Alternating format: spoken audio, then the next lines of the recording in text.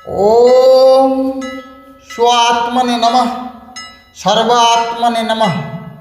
शशानुष्ठान में आप सभी का स्वागत है। आज की बिंदु श्रीमद् भगवत गीता अध्याय 1 श्लोक 1.1.7 शशा दर्शन श्लोक शब्दार्थ भावार्थ और 3 अस्तित्व में हम समझेंगे। श्लोक की चर्चा करने से पहले आइए हम जानते हैं गीता रोजमर्रा की जिंदगी में हमें कैसे जीना सिखाती हैं, गीता हमें कैसे सोचना सिखाती हैं, गीता ध्यान और चेतना कैसे जगाती हैं।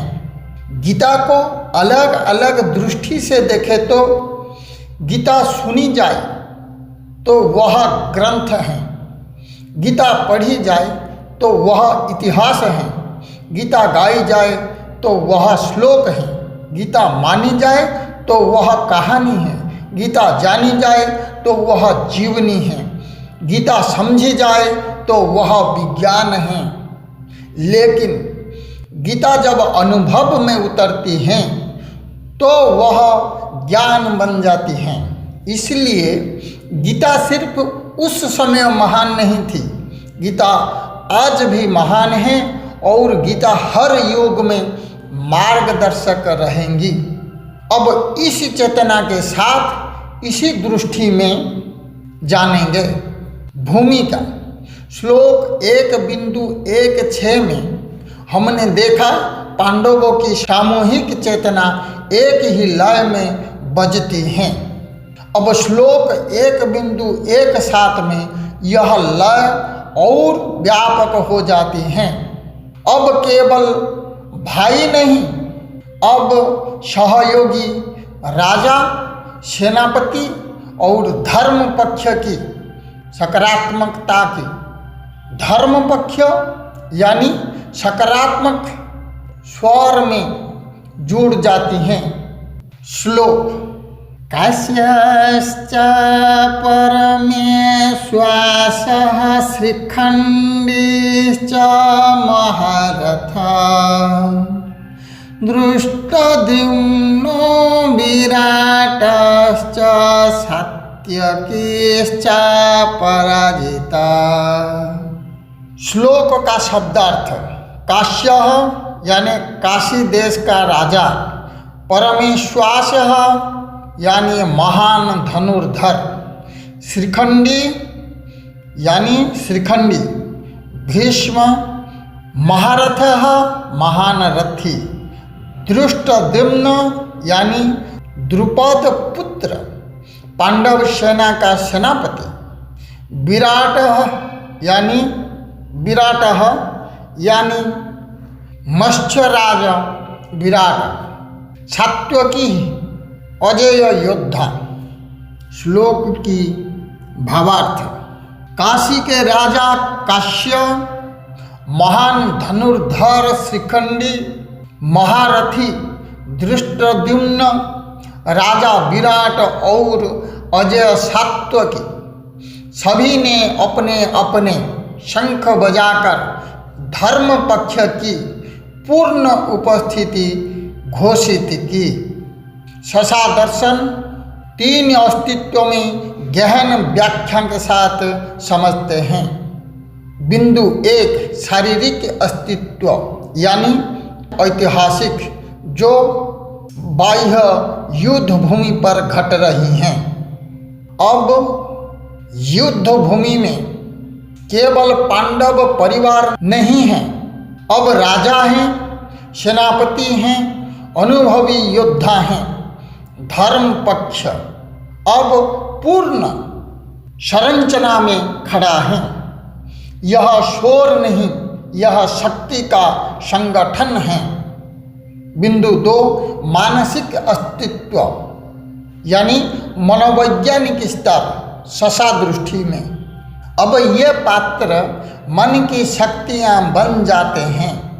काश्य परमेश्वास यानी लक्ष्य पर अड़ी की संकल्प, श्रीखंडी यानी अहम से टकराने का साहस, धृष्ट द्रिम्न निर्णायक बुद्धि, विराट यानी सुरक्षा और विस्तार, सात्विकी यानी अभ्यास से उपजी अजेयता। जब ये सभी गुण मन में एक साथ सक्रिय होते हैं, अहम को पहली बार पूरा विरोध मिलता है। बिंदु 3, आध्यात्मिक अस्तित्व यानी चेतना का स्तर जो सबसे सूक्ष्म होता है। स्व की दृष्टि में देखें तो यह श्लोक बताता है, स्व कभी अकेला नहीं जागता, चेतना कभी अधूरी नहीं आती।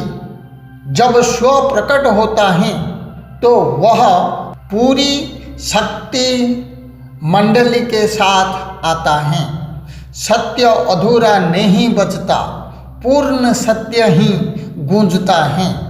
उदाहरण से जानेंगे। उदाहरण 1, दीपक। एक दीपक अंधकार घटाता है, कई दीपक पूरा वातावरण बदल देते हैं। स्व यानी प्रकाश का विस्तार होता है। उदाहरण 2, वृक्ष और बीज। बीज अकेला होता है, वृक्ष आसपास जीवन जोड़ता है। मतलब स्व यानी विस्तार। उदाहरण 3, सत्य का निर्णय। जब निर्णय स्व से आता है, लोग अपने आप जुड़ जाते हैं, क्योंकि सत्य की प्रकृति संगठित होती है। श्लोक 1.1.7 का संयुक्त ससासार। शारीरिक स्तर यानी धर्म पक्ष की पूर्ण उपस्थिति। मानसिक स्तर यानी सभी निर्णायक गुणों का जागरण। आध्यात्मिक स्तर यानी समग्र चेतना की घोषणा। अहम अकेला लड़ता है, स्व सदा समर्थित होता है। समापन। आज स्वयं से पूछिए, क्या आपके भीतर संकल्प, साहस और विवेक एक साथ खड़े हैं? यदि हाँ, तो समझिए गीता आपके भीतर अब 1.1.7 पर प्रकट हो चुकी हैं। अगले श्लोक 1.1.8 में, जहाँ अंतिम शंखनाद के साथ अहम का संतुलन पूरी तरह डगमगाता है। जुड़े रहिए ससा अनुष्ठान के साथ, क्योंकि गीता पढ़ी नहीं जाती, गीता में जिया जाती है। ओम स्वात्मने नमः। ओम सर्वात्मने नमः। धन्यवाद।